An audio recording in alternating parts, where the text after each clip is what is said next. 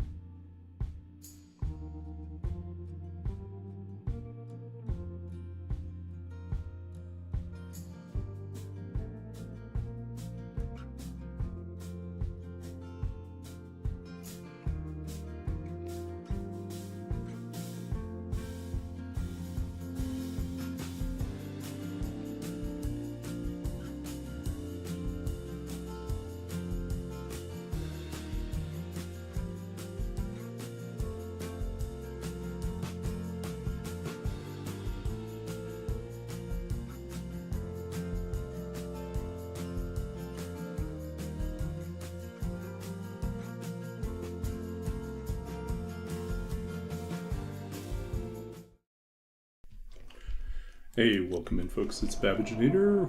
We are in the long dark. It is stormy and miserable outside. We are back in Mystery Lake. Why are we back in Mystery Lake? Because we wanted to do some crafting. So we can craft another survival bow.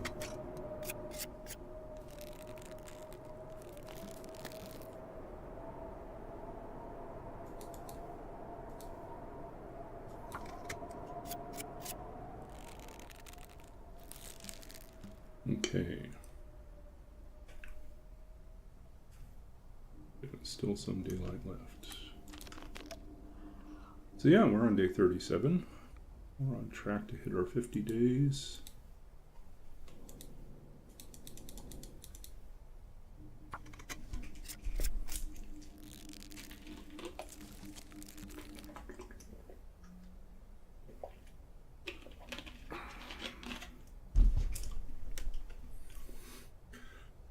How was your, good to see you, Roar. How was your Saturday?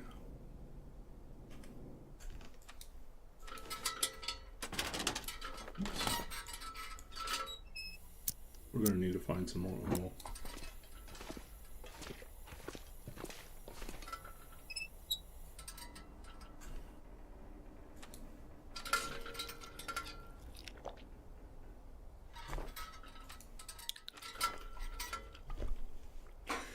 I spent my Saturday running around doing errands, mostly shopping. Went to one of the local thrift stores. Went to the Salvation Army not far from my place, and I always hope I'll find something, and I never do. I mean, what did I find? I found CDs because my car is old and I still have a stereo that uses CDs. So I did find a couple in there, nothing too fancy, just a couple things. But I had gone there looking for, I figured I might be able to find a jacket, like a light jacket for spring or summer. I never seem to have, I have like one that will do the job, a second that's a couple that are a little heavy. But yeah, I just want something other than the black jacket that I have. Yeah, shirts, sweaters, cardigans, shoes.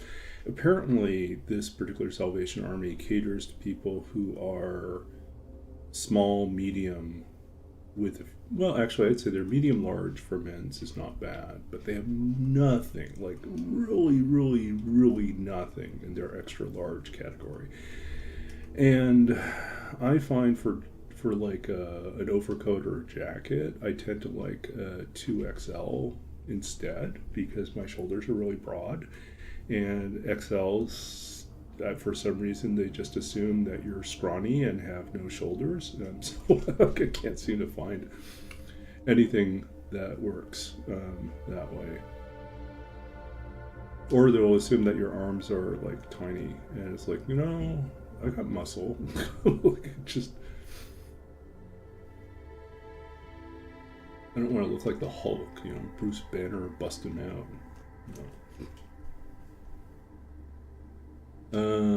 Yeah.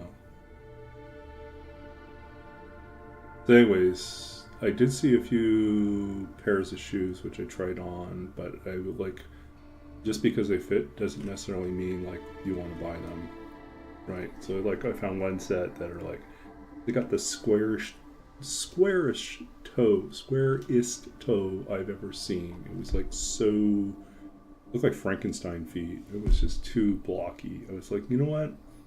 If there's like a taper into it, maybe, but it was just like wearing bricks on your feet. It just looked really weird. It's totally clown shoe. I was like, no, I can't do this. And then I found like a pair of nice black dress shoes, but I already have a pair of nice black dress shoes that are more comfortable than the ones that I saw in the store. And the ones in the store need to be resold. So I was like, no. I mean, it's not a bad deal, for how little they were selling them for, but I would have to find a cobbler, and I haven't had any luck finding a cobbler. And then, what else were there? Yeah, and then I looked at a few other things. Anyways, I gave up after a while. I was also looking for art. I was like thinking it'd be nice to have some wall art. And there was just nothing. It was worse than usual. Last time I went, there was like a whole bunch of stuff. And I thought maybe I'll at least find something that has a decent frame. Or maybe even if it has a canvas that I can rework, and get back into my painting and paint something instead. Rework the canvas. But it all looked, nothing was really promising there. So then I went, did some grocery shopping, and then did some more grocery shopping, and that was about it. Okay, so let's get Astrid to sleep here.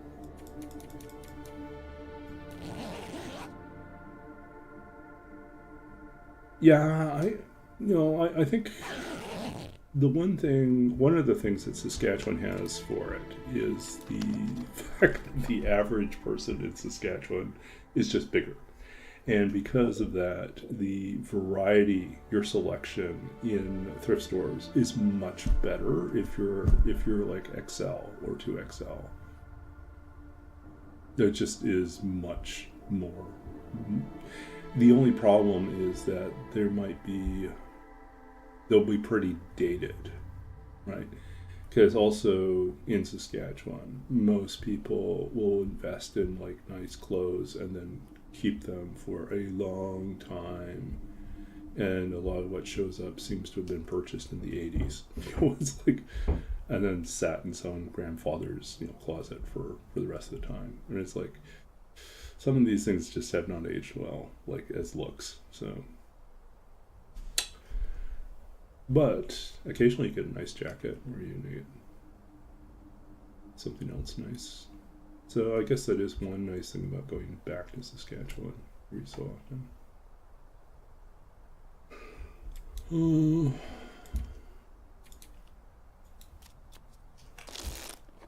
Yeah, I don't know if it made me... Well, it made me annoyed. I wouldn't say angry. I could eat anything right now. Angry would be if I'd expected it to be really good and was profoundly disappointed by false advertising. That was not the case. I knew what I was getting into. I've been there before. Okay. Let's see what else we have. No, we're not eating animal fat.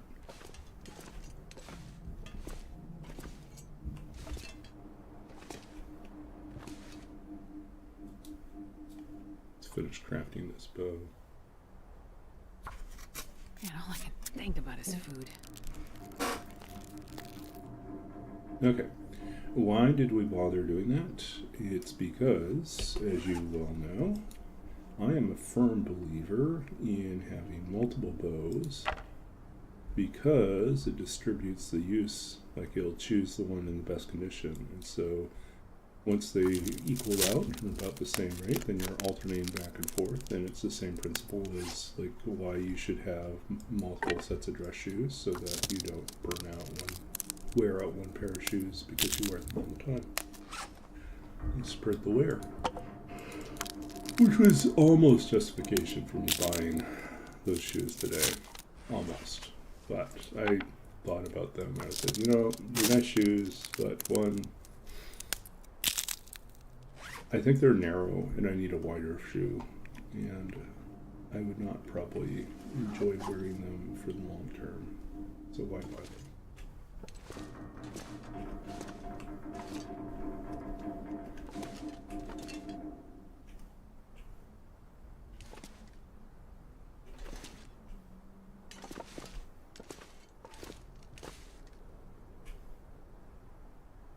How come I can't see where we are? This is terrible.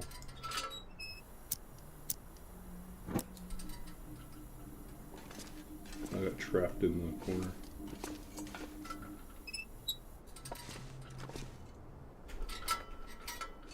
Okay.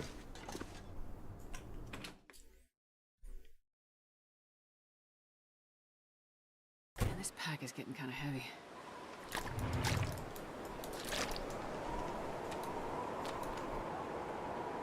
Well,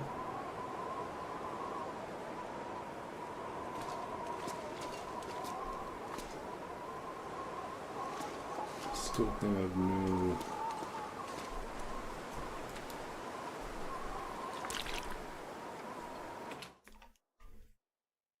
sunlight.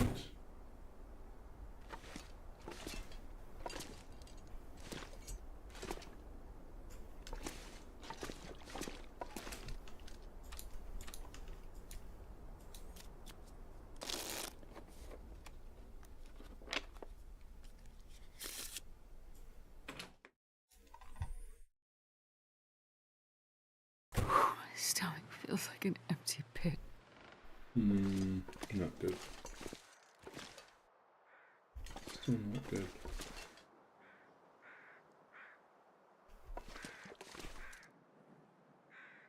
I need to have a sunny day so I can start a fire, so I can start my torch and make it all the way through. Right now, that is not happening.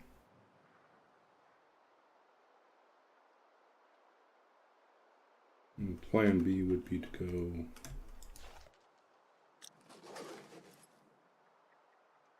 back into the ravine. I wonder if I can drop any of this gear.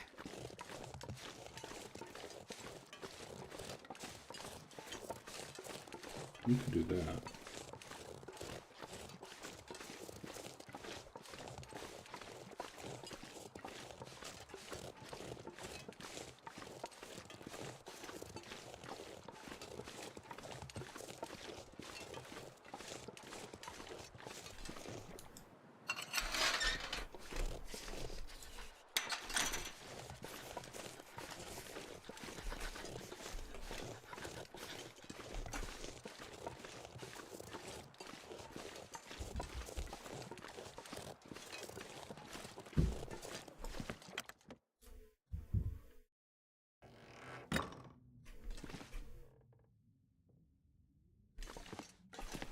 I'm up here.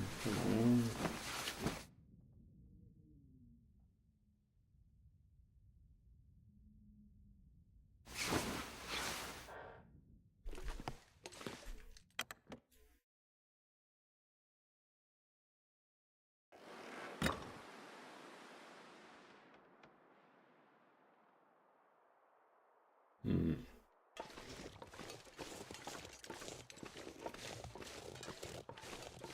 I mean, the nice thing about going back to the ravine is we can stay in the caves,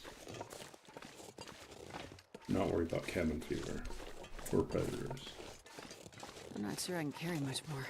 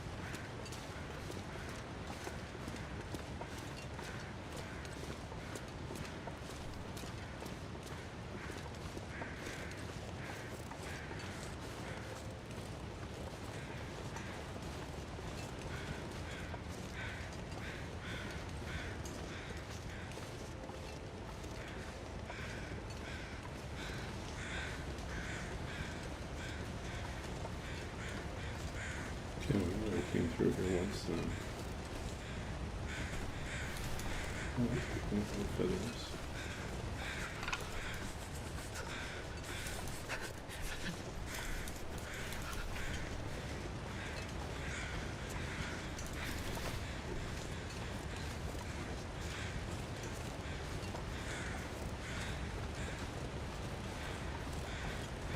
This pack is getting kind of heavy.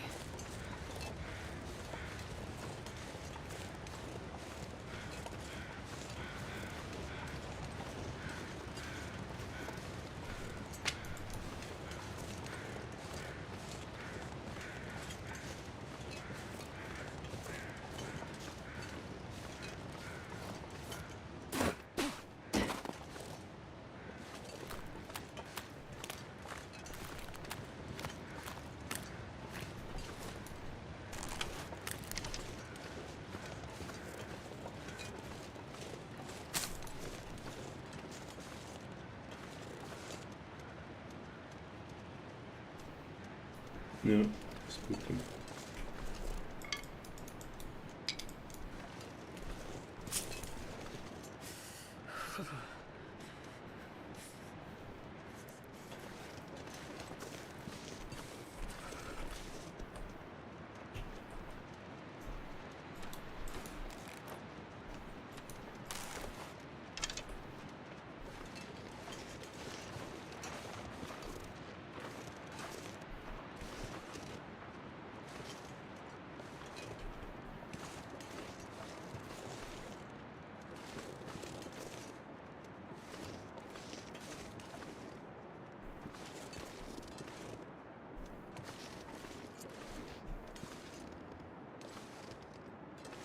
Gotta warm up somehow.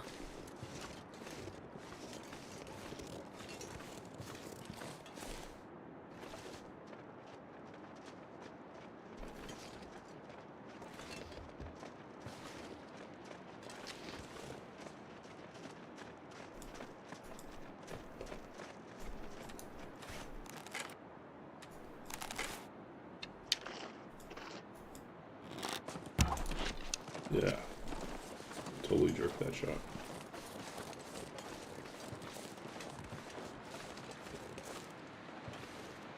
Where's my arrow?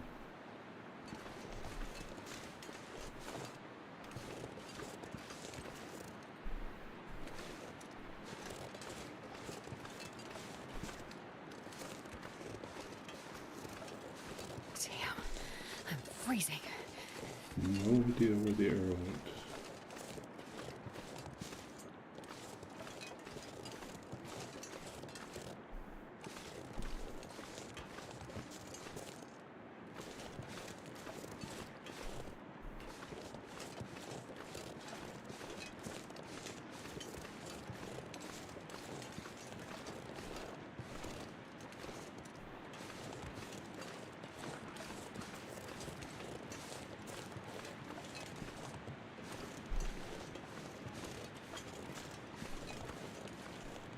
looks terrible, isn't it?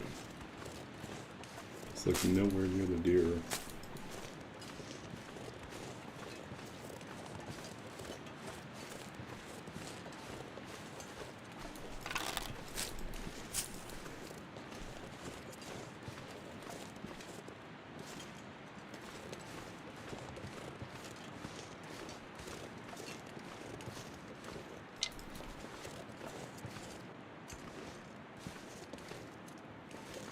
My guess is it's stuck in a tree somewhere.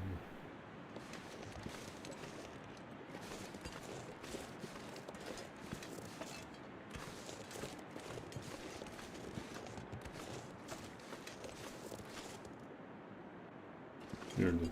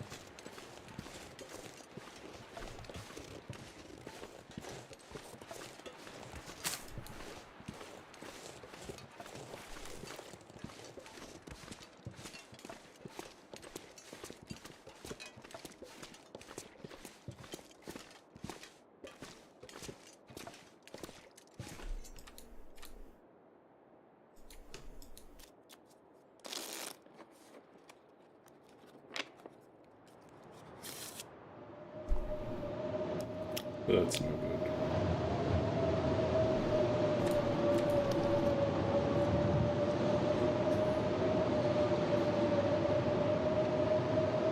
Okay, I'll be back in a second. I gotta check on one thing.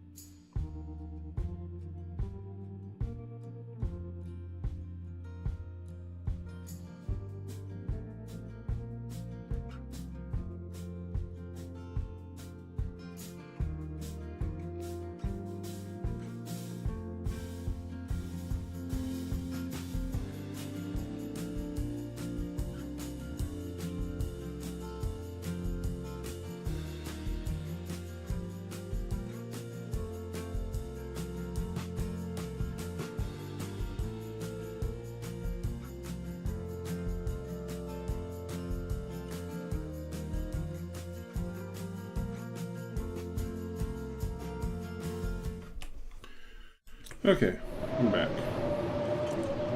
It's not really where we want to be.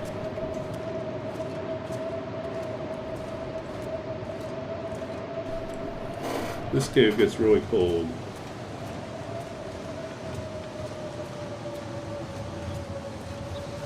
We're better off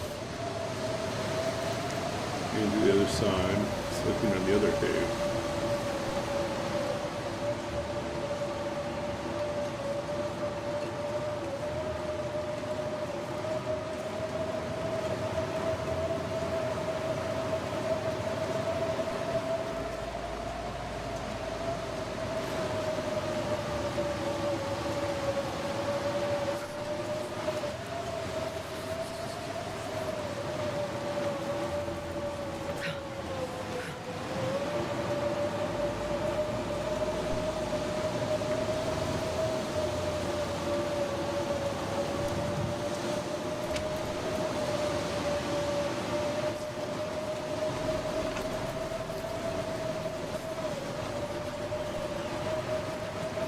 Yeah, we just have 13 days left, and then we're actually 12 days left. We're already at day 38.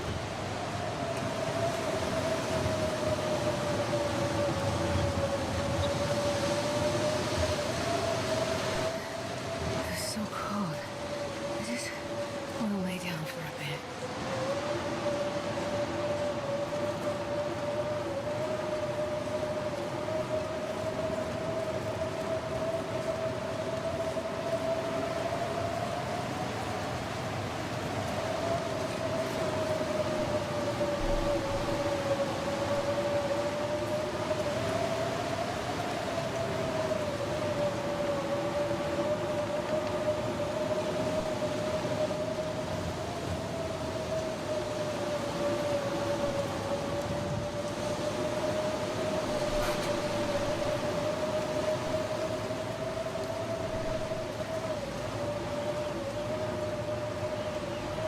Ran over a possum. It's like a wolf with an arrow in it. He got on his butt and ran off.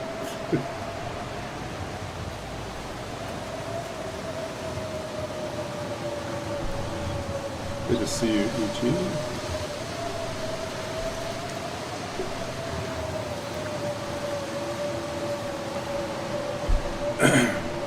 Thanks for the hydrates. And a big stretch. As poor Astrid freezes. And a baba.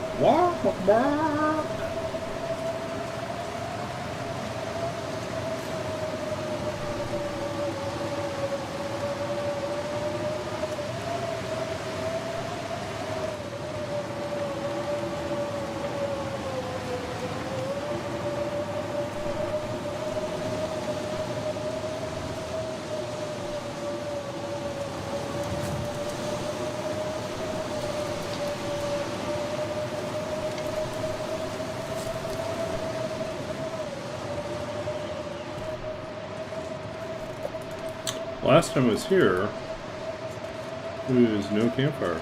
Suddenly there's a campfire. Or did we skip this? Maybe we didn't get here. Maybe we were in a rush. Oh, because we didn't have a bedroll. We rushed by this.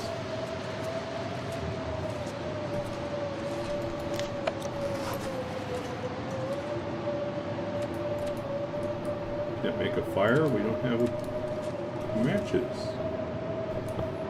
We don't have sunlight. Okay.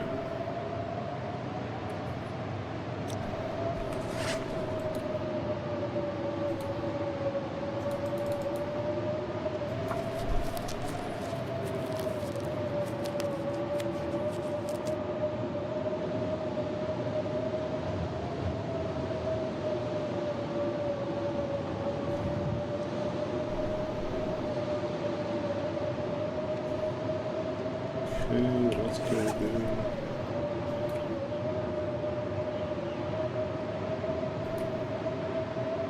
Oh yeah, 3 pieces of cloth. It's not really worth doing anything.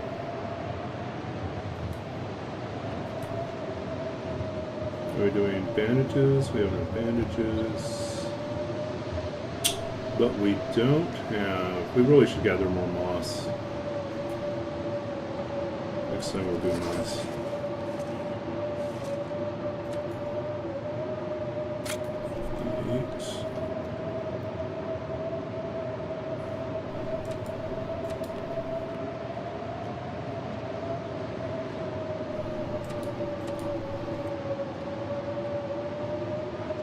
So I'm still debating what I should be doing on my Friday nights. This coming week I don't have to worry about it. I'm going to be busy, most likely busy with... So I'm teaching a course. Why do you bother us?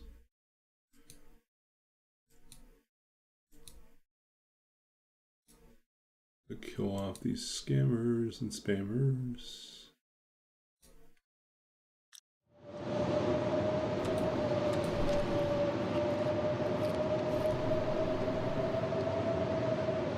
Okay.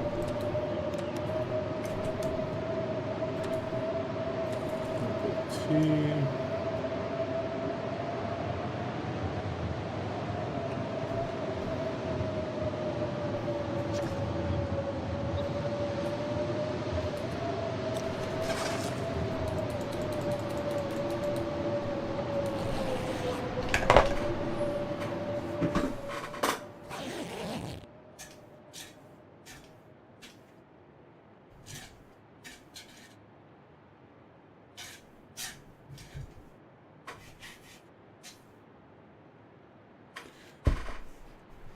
So I saw Amazon Prime is broadcasting a new TV show, action TV series, and I can't help but think that their choice of focus has been really unfortunate for the current situation in the U.S. It centers around the murder of a Department of Homeland Security, and basically revolves largely around the border, and as well as like international terrorism. But the thing is, it's basically showcasing how we as an audience would like to imagine law enforcement working versus how it actually works. It is increasingly clear it's a fantasy, right? It's like, yeah, no, right now everything's politicized. It's like,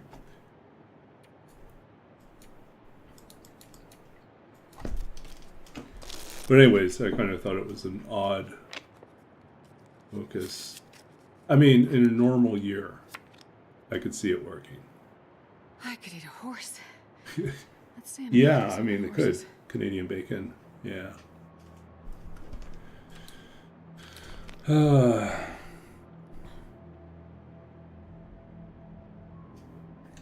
I mean, they could also.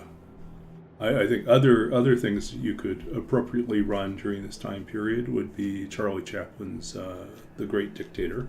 I think that would be pretty appropriate as a commentary on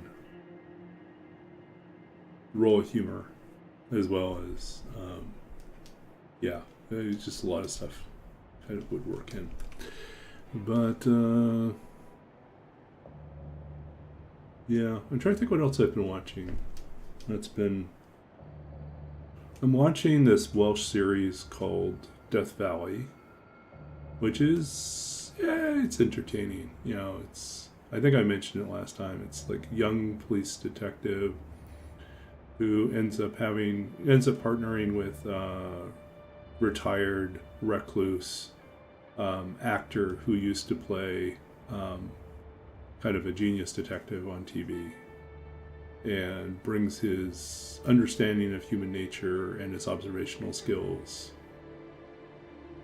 to bear in helping them solve crimes in their area, murders in the area. So it's, you know, a little weird, but entertaining.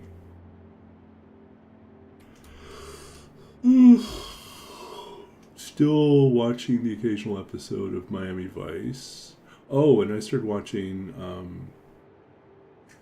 Wise Guy, which I remember airing when I was young, and only saw a couple episodes. But I could tell even back then that it was a really good show.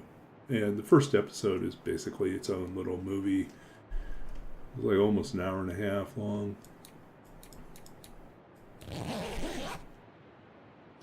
The Wise Guy is quite good. It holds up.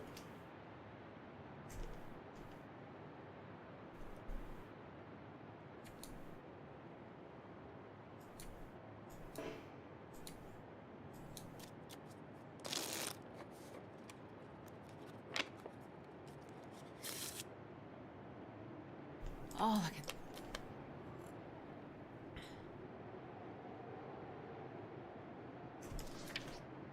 -6. It is cold out here. Can we survive?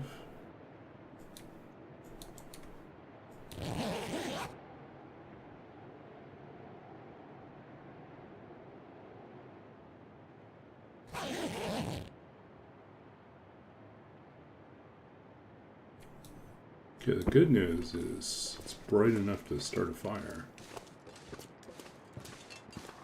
Damn it! So hungry.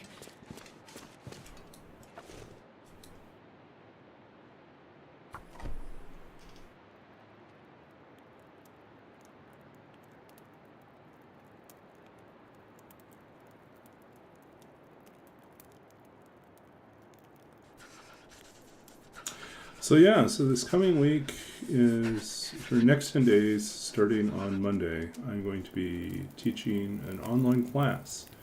But as it works out, I think it's Perfect. not going to impact my streaming too much. And I may actually even be able to continue working my regular work for probably reduced hours, but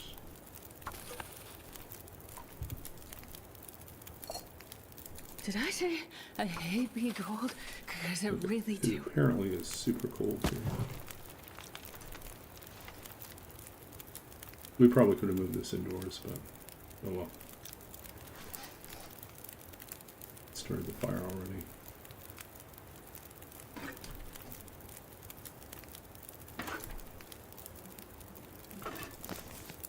I wonder if I can drop any of this gear. Okay, I'm gonna cook more birch bark tea. Why? Because it's a good way to level up our cooking and also help us heal a little bit here.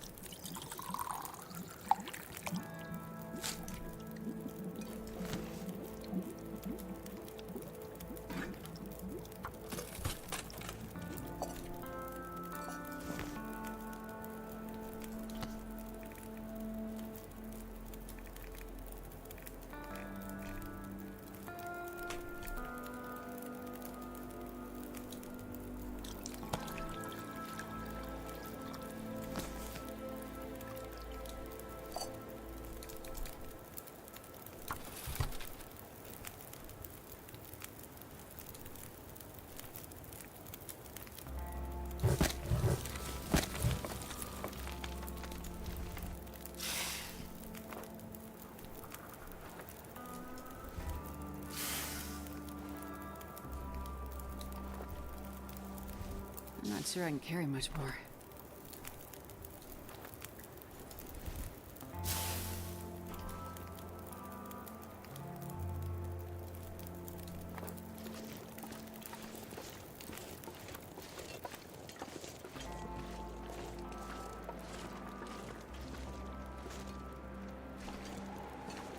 Yeah, got bunnies all over here.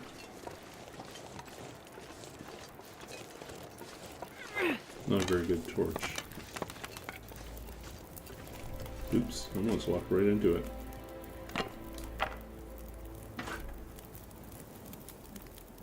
I gotta eat soon.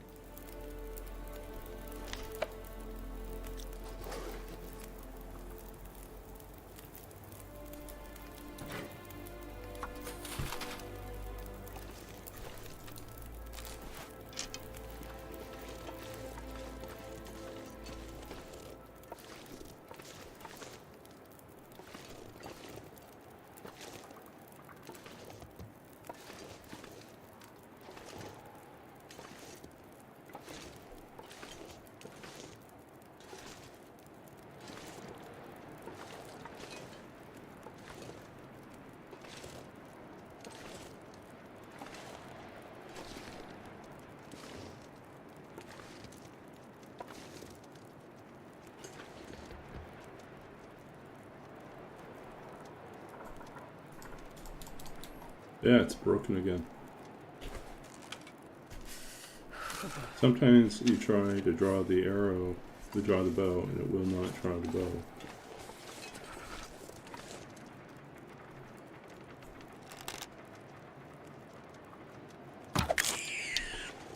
Good enough.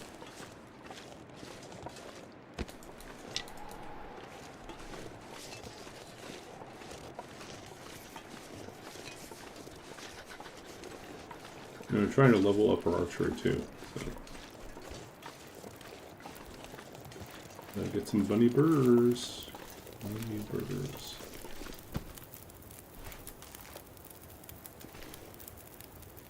Noted, noted.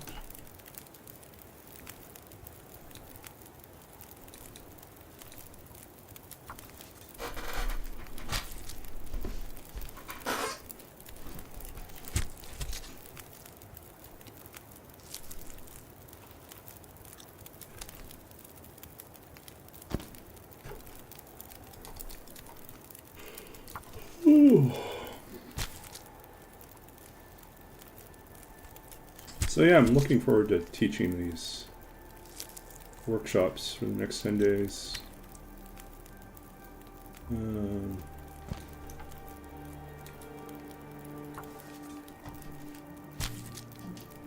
As for emerging poets, I think we're going to spend part of our first day just talking about what in the world does emerging mean.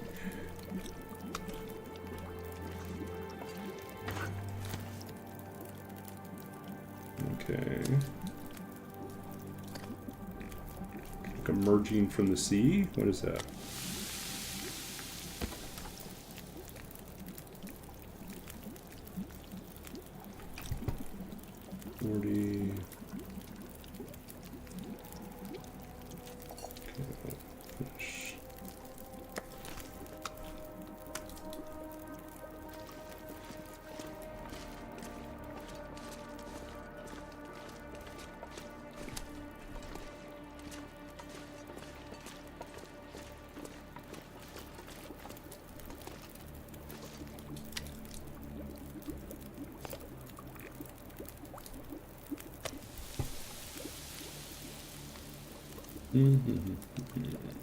We'll try.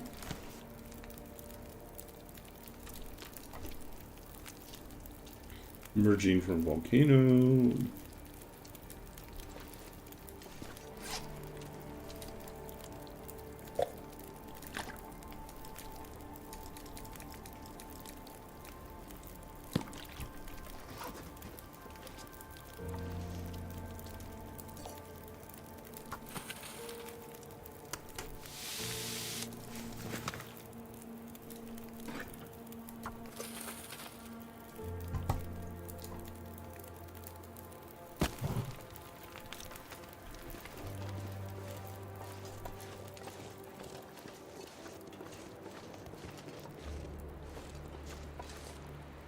Actually, how many torches do we have? Okay, we have enough.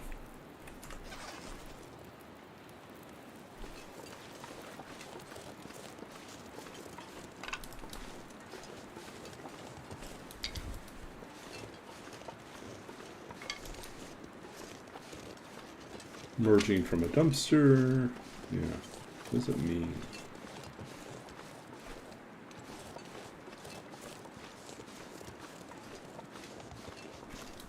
Emerging from the ground like a cicada after 17 years.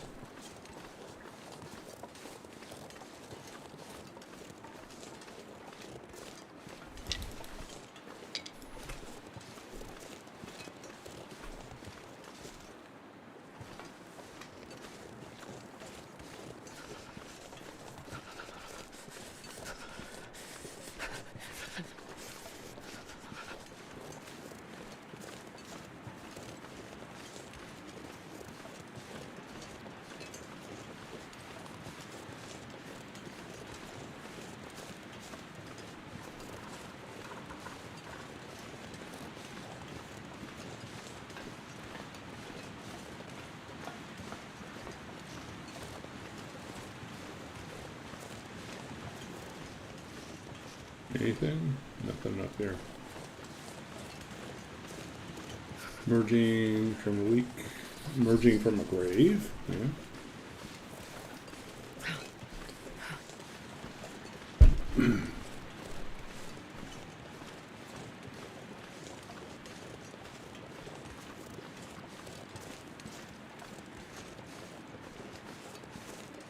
I wonder if we should climb to the bottom My fingers feel numb. of the ravine and then climb back up.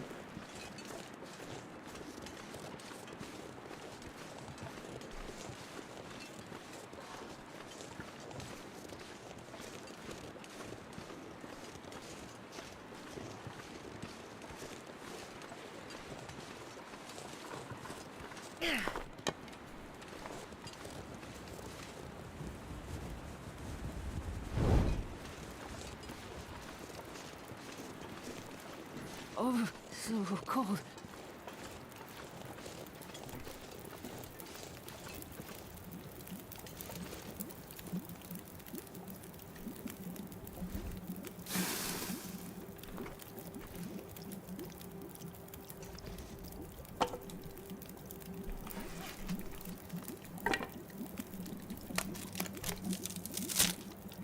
You don't have to emerge from anything?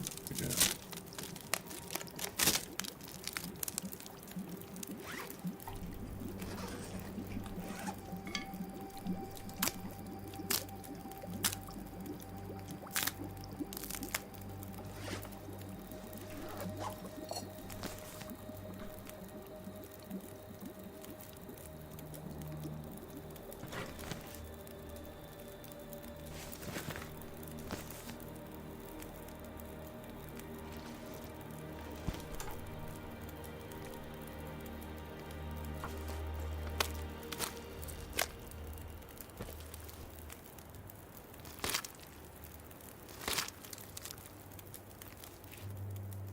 Okay, there's not enough food here to stay for the long term, so we're just going to take some fire and go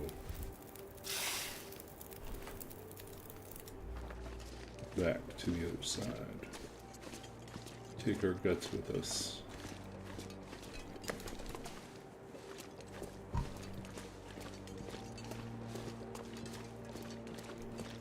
I'm not going to be able to carry this load for much longer.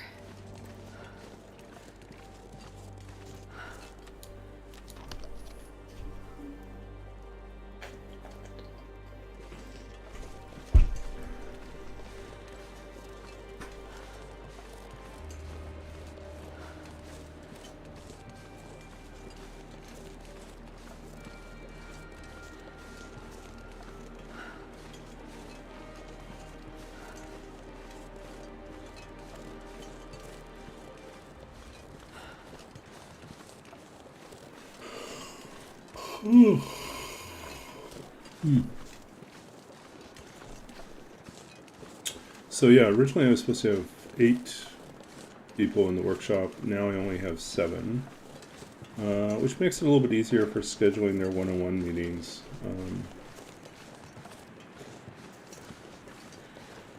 But they're from all over. They're like,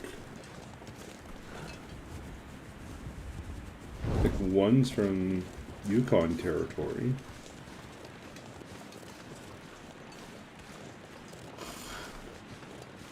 Ooh. There's someone else from BC. There's a few in Toronto. And then 1 or 2 in Saskatchewan. Well, I think 1 in Saskatchewan.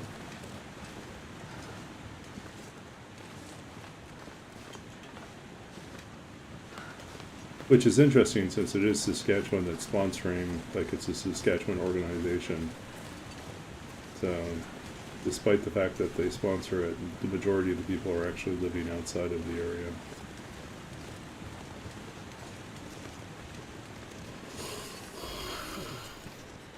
Ooh, managing all the time zone stuff has been interesting. I got totally confused on my first draft of the calendar, and I accidentally thought 2 hours difference from Saskatchewan, but it's only 1 hour at this time of year.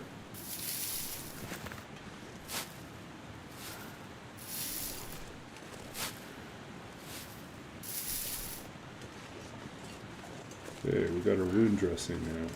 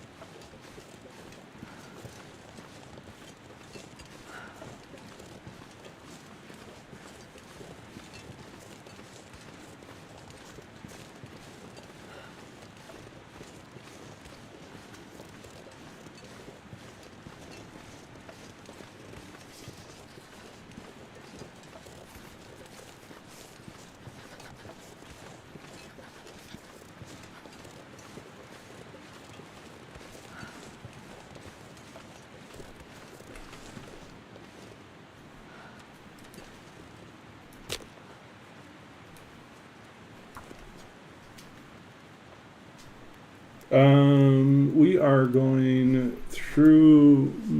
Come on, little fire. Yeah. Going through Mystery Lake to Winding River and then into Pleasant Valley.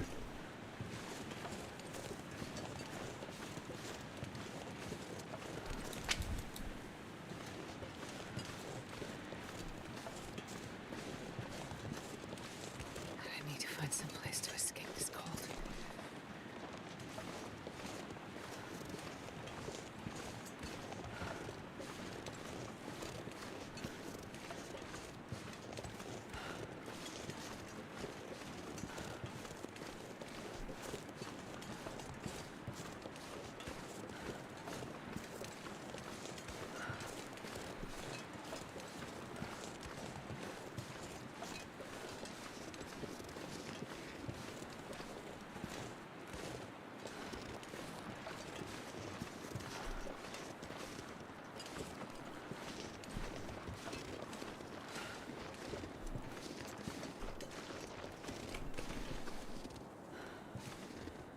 Where are you, buddy? There he is. Oh, there's the other one.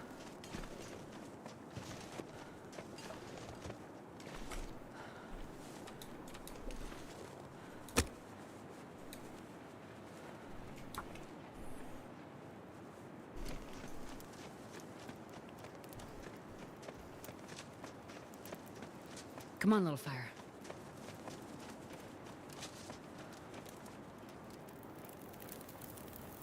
Wait.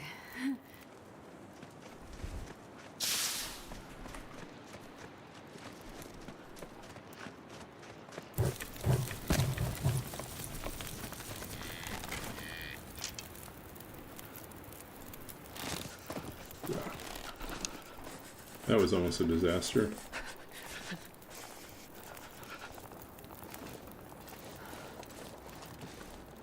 It's gonna shoot the wrong arrow.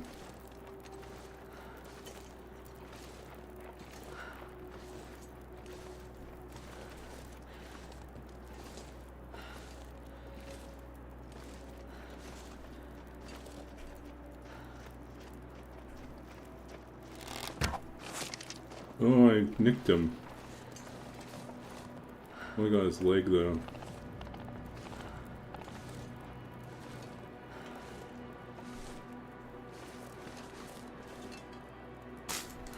Okay, but that's food, right?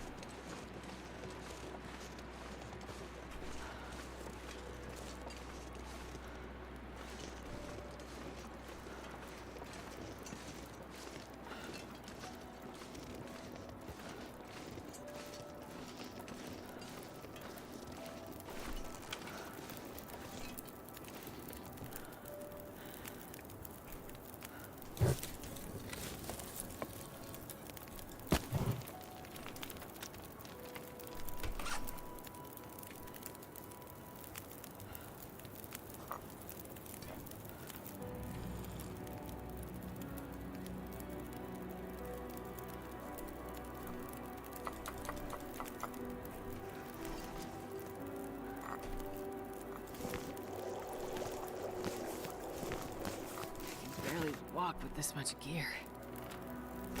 Yep, that's not what we want.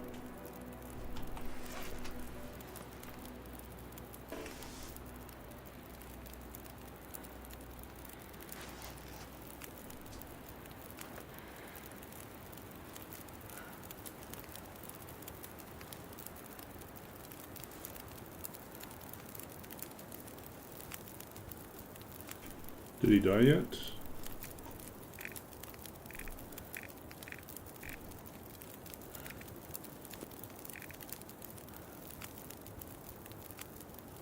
Deer has not died yet. So we're at 38.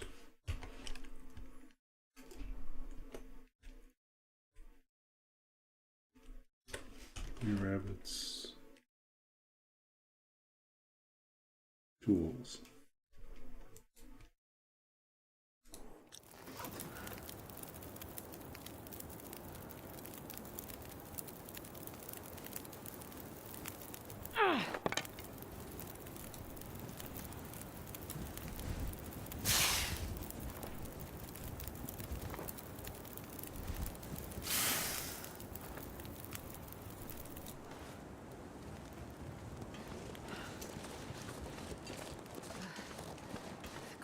Making my head feel thick.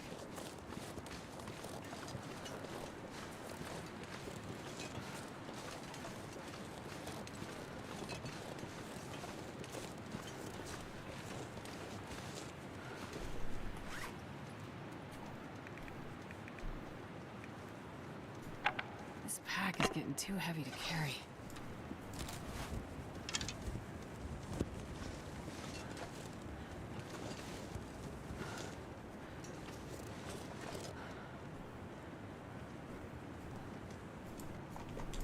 Cannot draw the bow.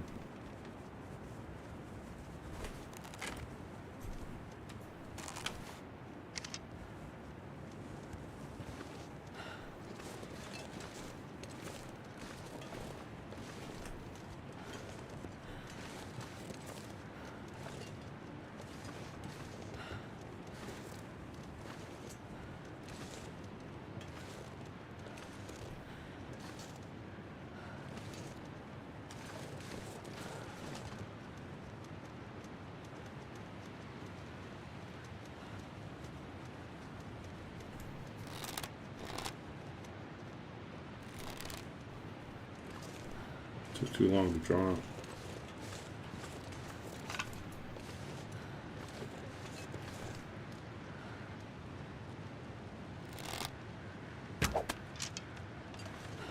Missed him.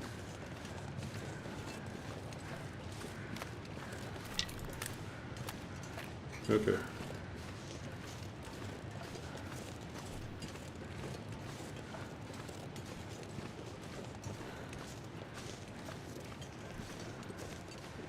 Where's my torch at?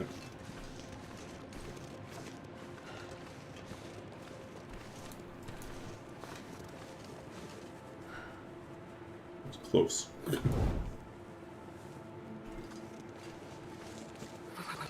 I've never felt so cold in my life.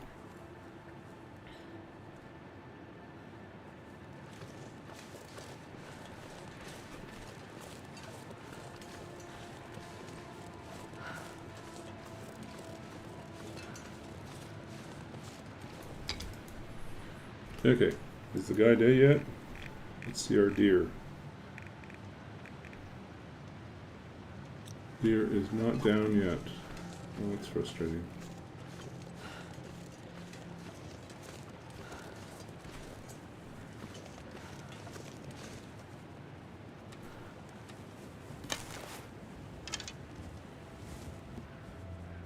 Really no way around it, is there? Have to do the stealthy way to do that.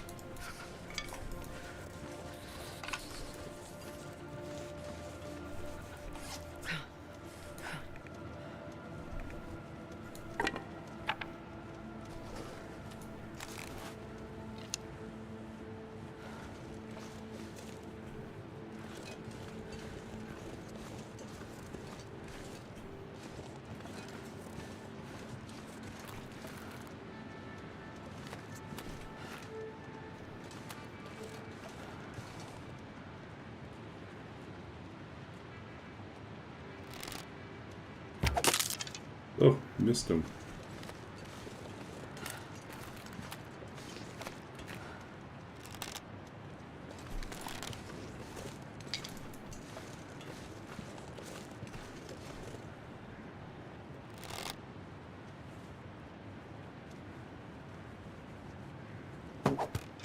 Yeah. Bad shot. At least went into the snow,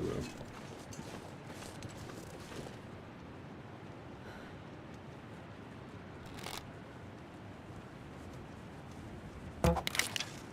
No! Hit the ice this time.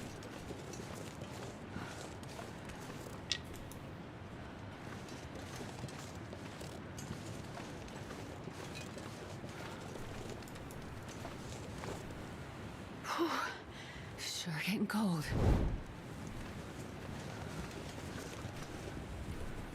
Okay. Is our deer dead yet? Deer is not dead yet.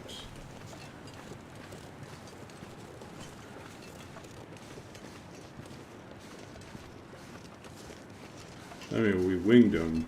It was not a very good shot.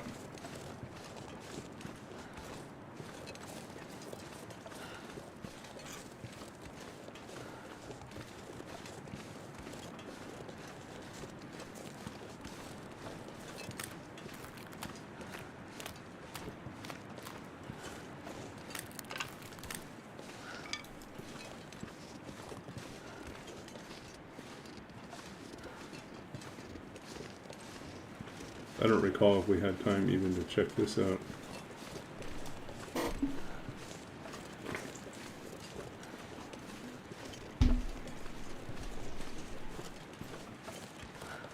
I think we did because I don't see any cattails on the river.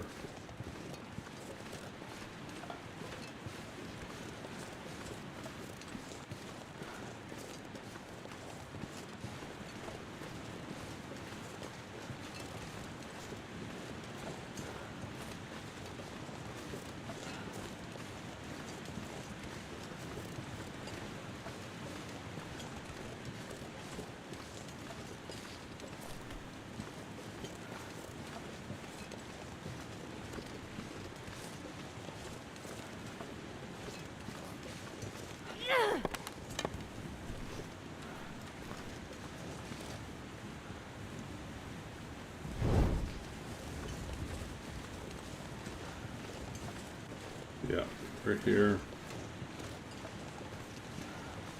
Came, we saw, we looted.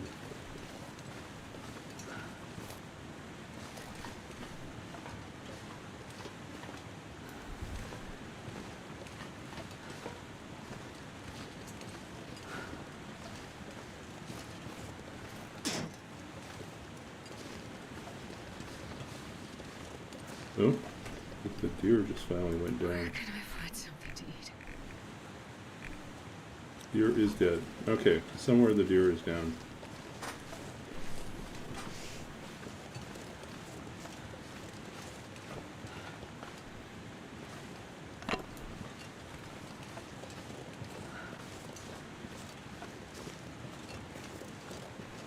It's a goddamn freezing.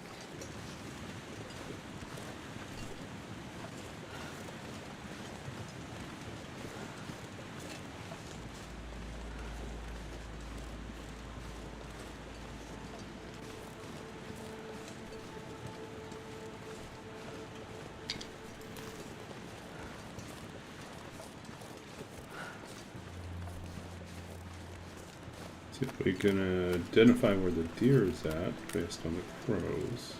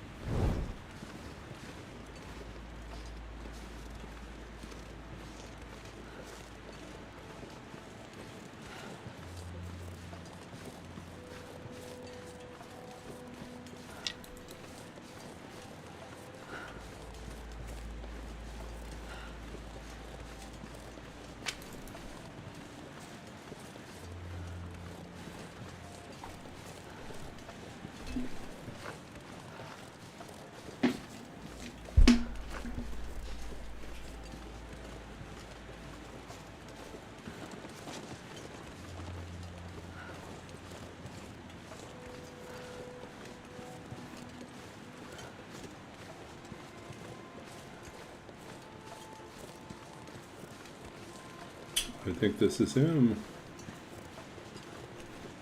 Good job.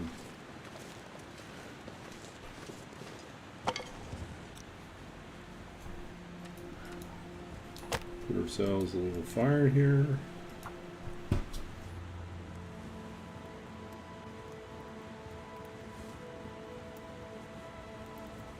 Come on, little fire.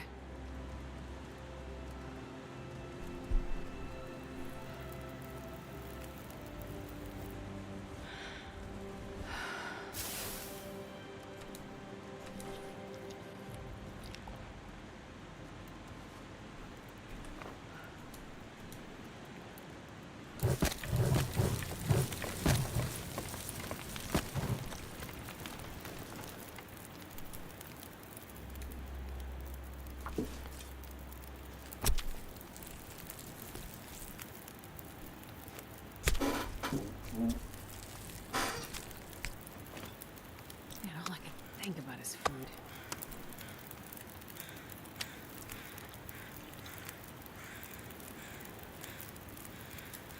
Okay, let's put our pots and pans down so we can actually cook fast. Oh, I'm starving.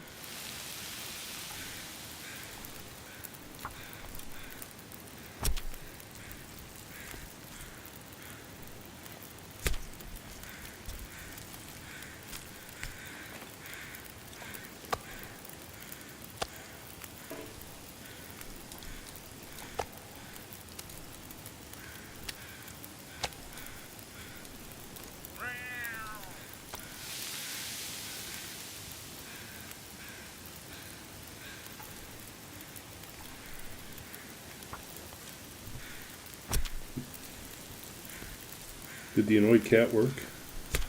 I always forget to check to see if the sound alerts are on. 2.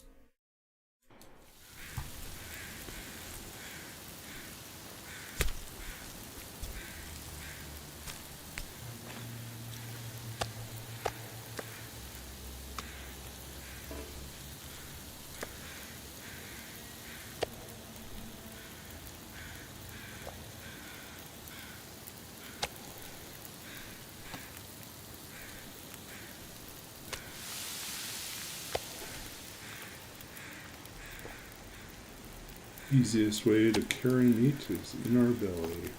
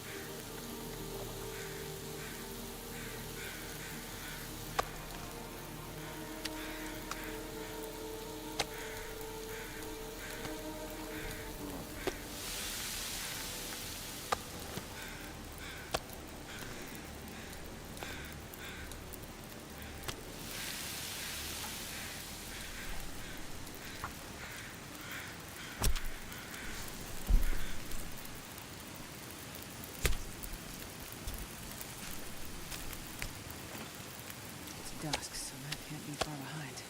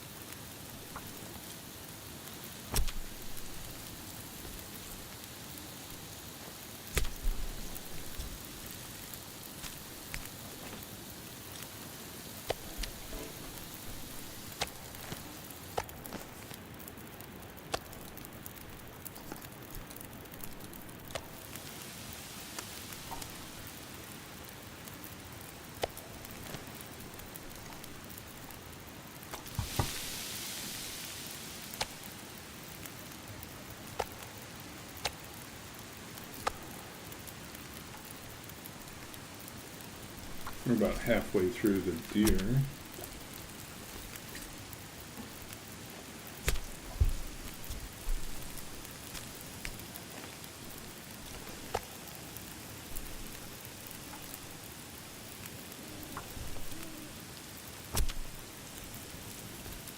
Let's see, what else did I do today? I also made a bunch of Chinese dumplings. So I made like the wontons, win for soup dumplings, and then made also made a lot of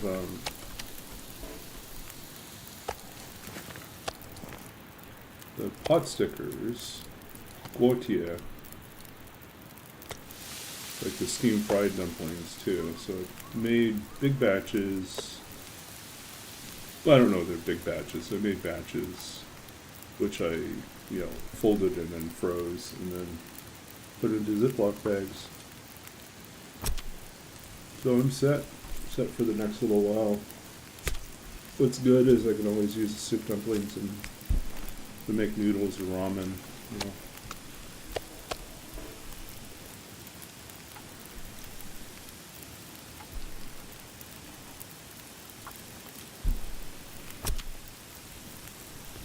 And the steam fried ones are a good side for whatever else I'm making. And they're also nice if I don't know, I haven't hosted any dinner parties for a while, but I'm gonna get back into doing that again.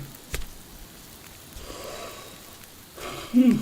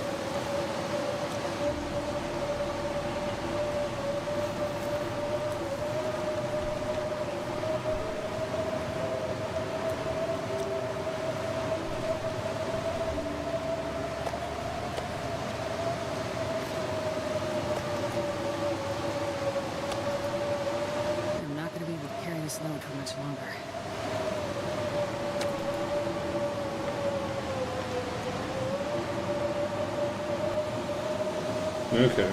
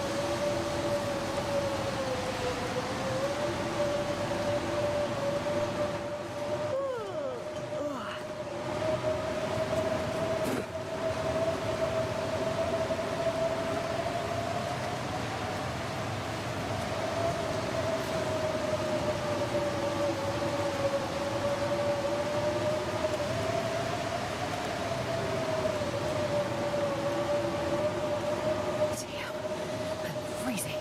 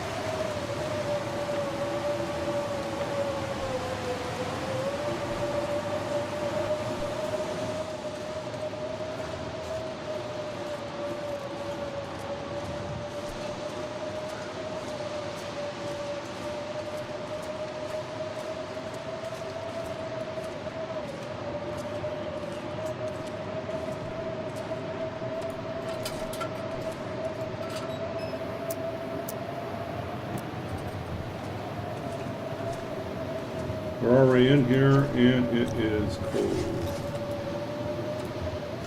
But our bedroll is warm enough.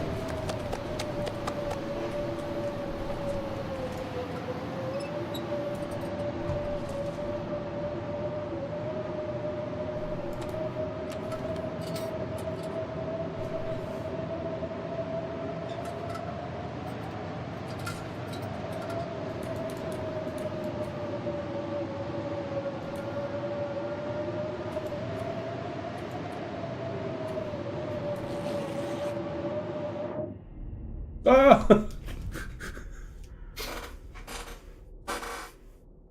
We knew we should have done 3 hours. I totally knew I should have done 3 hours and not, or like 2 hours or 1 hour, but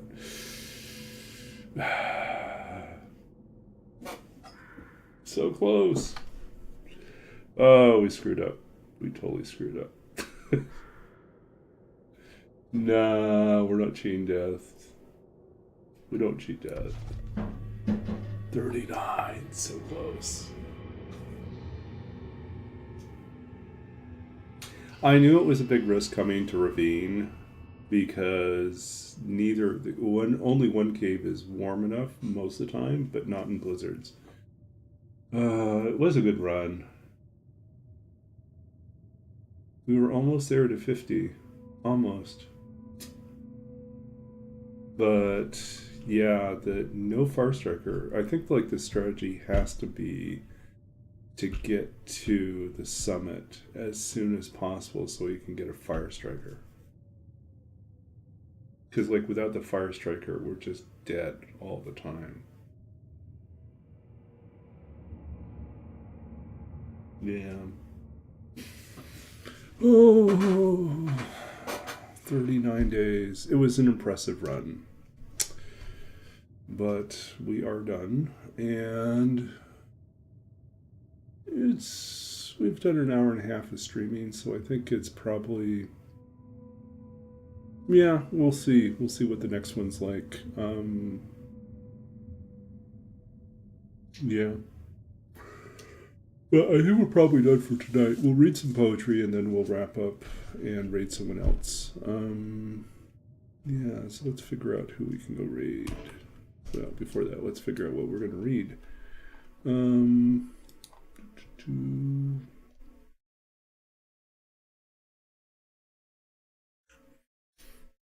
Oh yeah, and beyond that, I should probably check as well.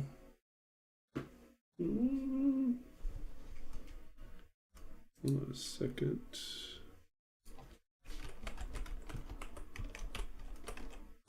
Let's see if I can. Okay, good. That.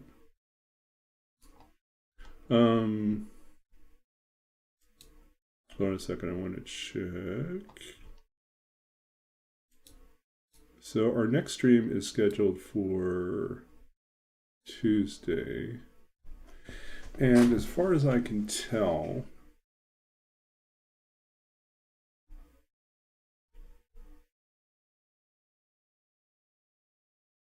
so far I don't think I have anything booked Tuesday night, so I should still be able to stream on Tuesday night. Thursday night, I think, is going to be fine.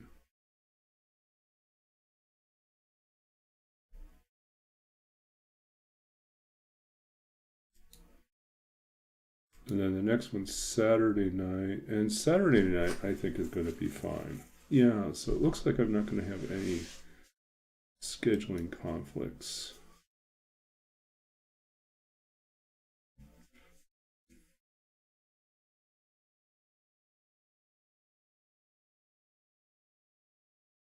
Okay, so yeah, so I think my streaming schedule is going to be uninterrupted. Like no changes, but we will have to start a new run. We're so close. Hurts me. Okay. Interrupted fireworks. I don't know if we do fireworks in Vancouver.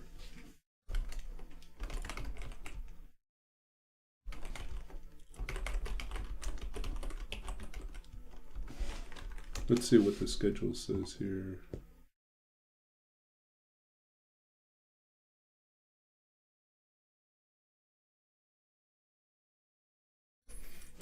Okay, so in Metro Vancouver, there are no fireworks. But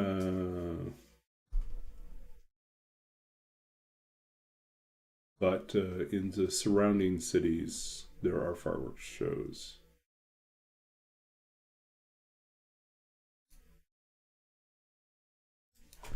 So yeah, I should not. I mean, there might be illegal fireworks, but that's more of an American thing than a Canadian thing.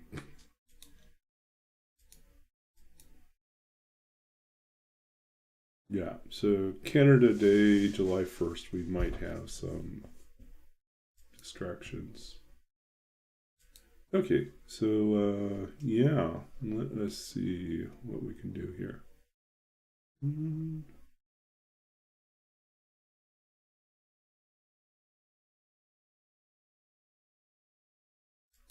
Okay.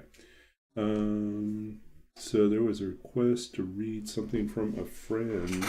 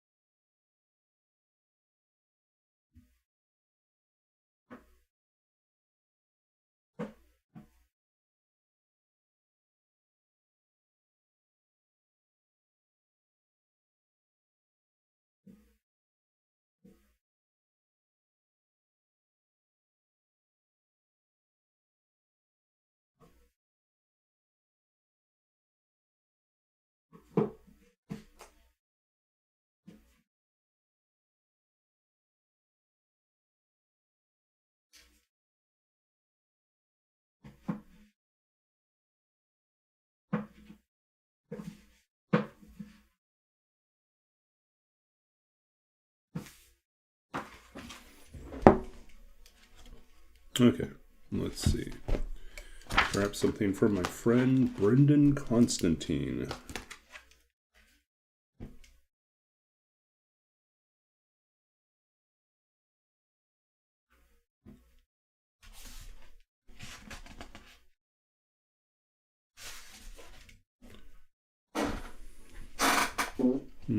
Let's see here.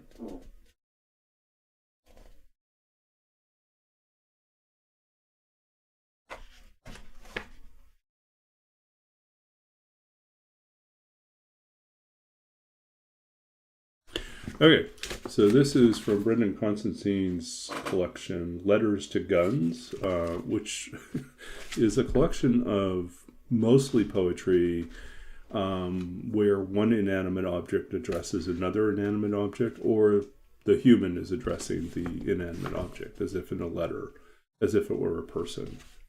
So this poem is entitled, When We Lived with the Bomb.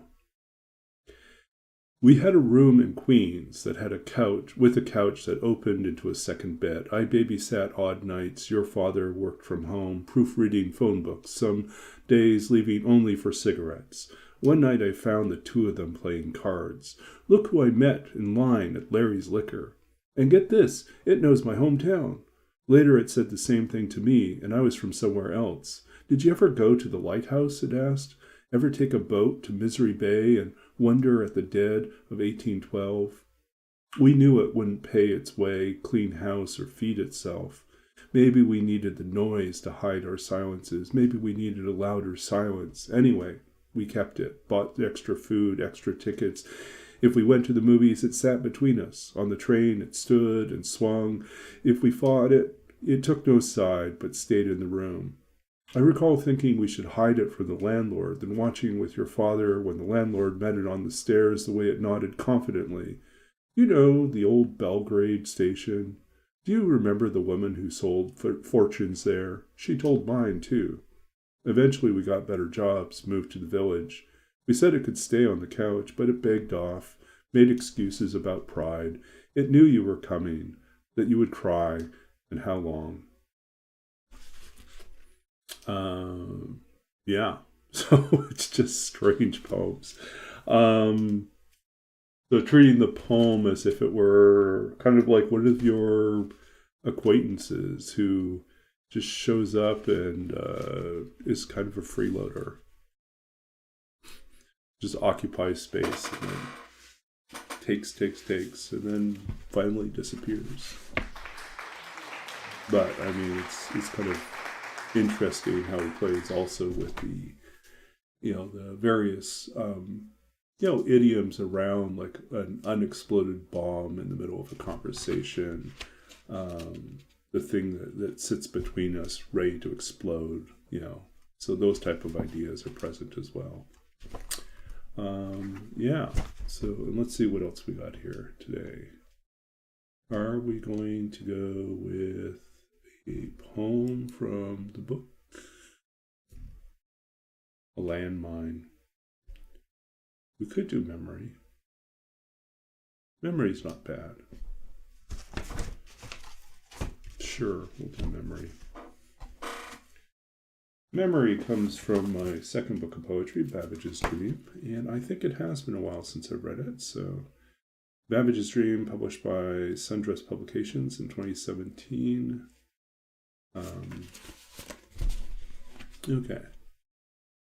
So this is part of a series of poems that takes its inspiration from programming or technical terms and reimagines them as poetry. I'm really taking advantage of the way in which a lot of these words have two different meanings. One that makes sense within sort of our regular conversations, and then one that makes sense specifically within the context of programming or computers. And trying to find interesting ways to blur the line between those two. Memory. In the past, we wrote things down on cards, made a braille of absence, holes where something should be known or recalled. We constructed stories out of old addresses, linked numbers together in a chain, assembled a patchwork hovel from whatever was left over, discarded newspapers, broken frames, loose bits of hair and clay, broken wooden planks and nails, till it rose like a large tenement filled with transients and strangers in tattered clothes with tattered names. The hallways lined with an array of refugee suitcases from the last war, scattered haphazardly, like shoes, along an old rail line that runs into the sea. What is memory? And who is it that slips in at these odd hours, working late into the night, to compile a map through this hoarder's den of detail, this warren of notes woven into a tapestry of cricket song and firelight, and every moment we've buried in the name of loss and compassion? Who is it that stirs upstairs in my mind, moves through the darkened space, searching the drawers for a key to wind a clock in a house that no longer exists? Here, my father is alive again, once more driving through the mountain pass, stopping at the place where the road cuts clean through the coal veins and leaves the remnants of trees and the shale exposed, the imprint of things already gone, turned to a dark line, a scribble in the stone. How a boy in this moment lifts each one to his eye, and then to his ear, as if to hear the still small voice of the wind in the lungs of the earth. When I wake, there's always a silence that slips through the walls at dawn, lurks in the middle drawer of a small chest in my room, where a machine rests, unmoved, its tape unheard, though it holds all that remains of my father's voice, now the sum of mere data. The magnet of the world endlessly inscribes, then lets go. How the heart orbits each silence like a small moon, revolving around what it cannot leave and what it cannot remember. This poem is full of references, and it'll probably take far too long to explain everything that's going on here, but I will kind of give you a few of the highlights. I remember, like, either when I was taking computer science classes or just reading, consider computer science textbooks, a variety of different ways in which people try to explain how random access memory worked and how data storage worked. So the things that we did to store information. And, when we look at the history of computers, all the way back to Babbage, we stored things on punch cards. And so I kind of think of punch cards as a braille of absence, things punched through holes where something should be known or recalled. And then I thought about like different metaphors in which people try to explain, these different, sort of the registers and the other data structures, or not data structures, actual memory architecture. And how when we're talking about memory, referencing something in memory, we talk about its address, and how a registry address, can contain information that means different things depending on how it's interpreted. It might be a pointer to another location, another memory location. It could be a value of something. And so it could be all sorts of different information that had significance in a previous, execution of a program or set of instructions, but now it's just leftover data that means nothing.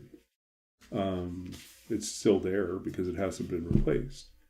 And so this kind of image of like the tenement or this apartment building full of transients, people that are coming and going, and all they have are like these tattered clothes and tattered names. And I remember when I was writing this, there was this weird shift where I suddenly said, what is memory?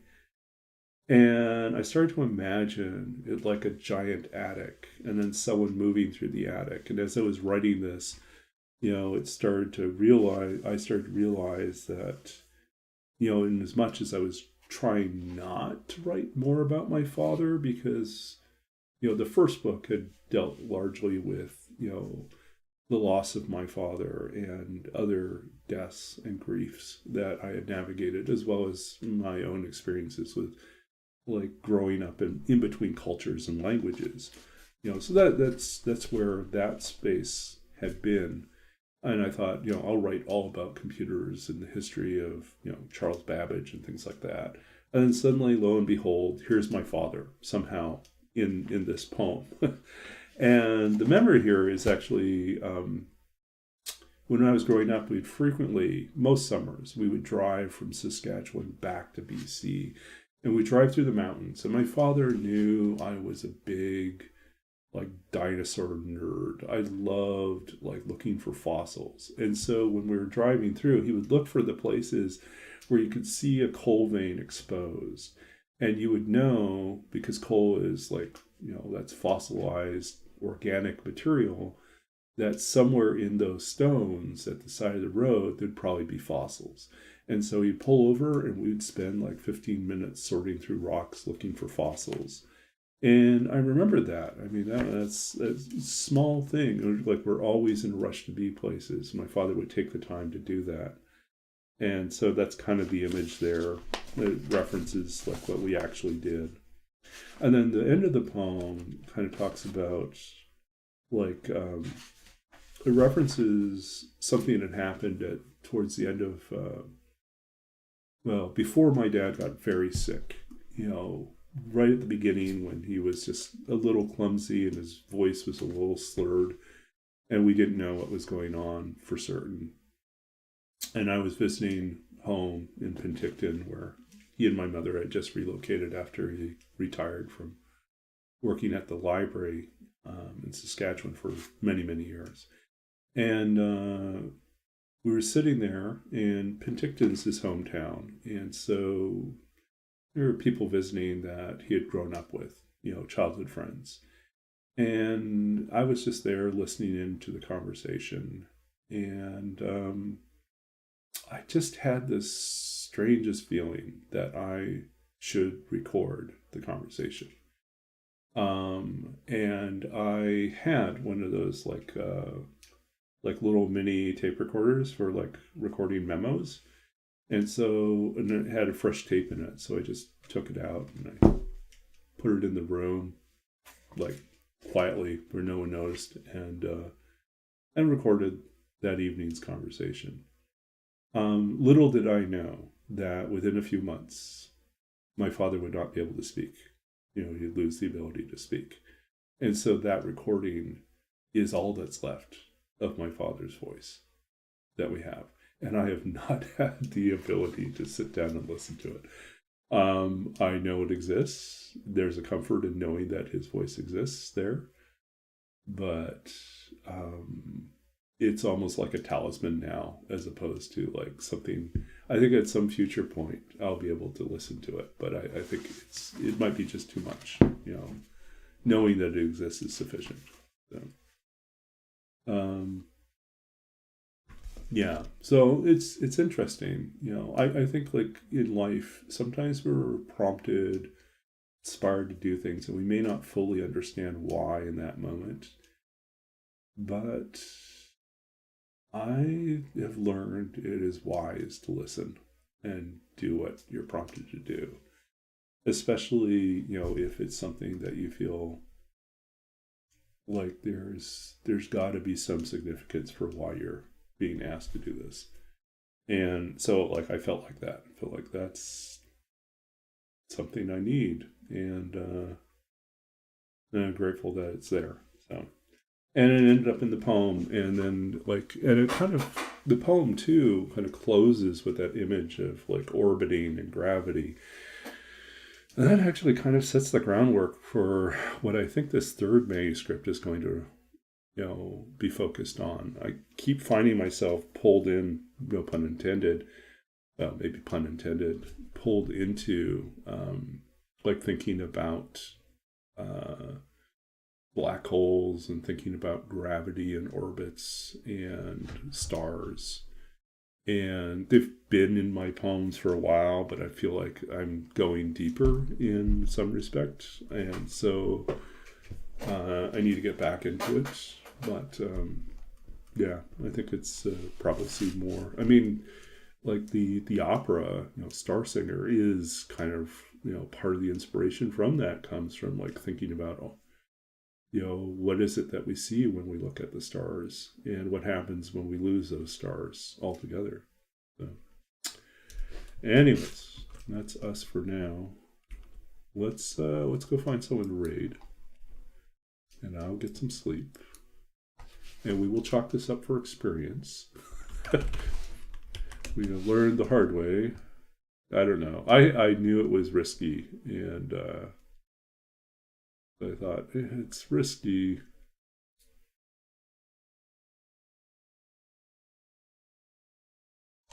Where are my... Okay, who's streaming tonight? Carradine.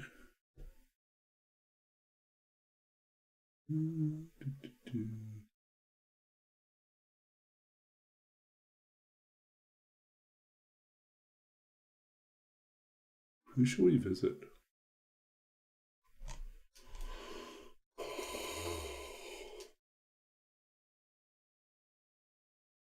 This is a 312-day Interloper run.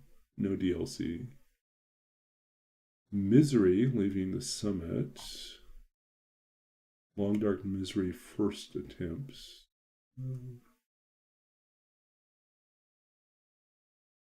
New streamer. You check out a new streamer.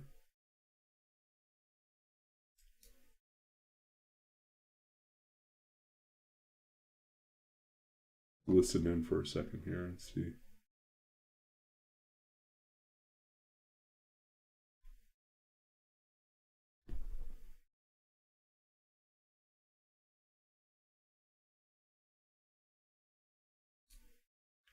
I think we'll do Carradine. Okay.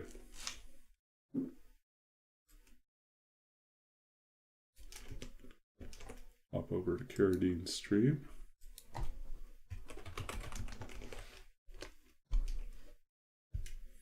Okay, so we'll get ready to head over there. Thanks for hanging out with me tonight. I appreciate it, and see you all Tuesday. Okay. Good night, all.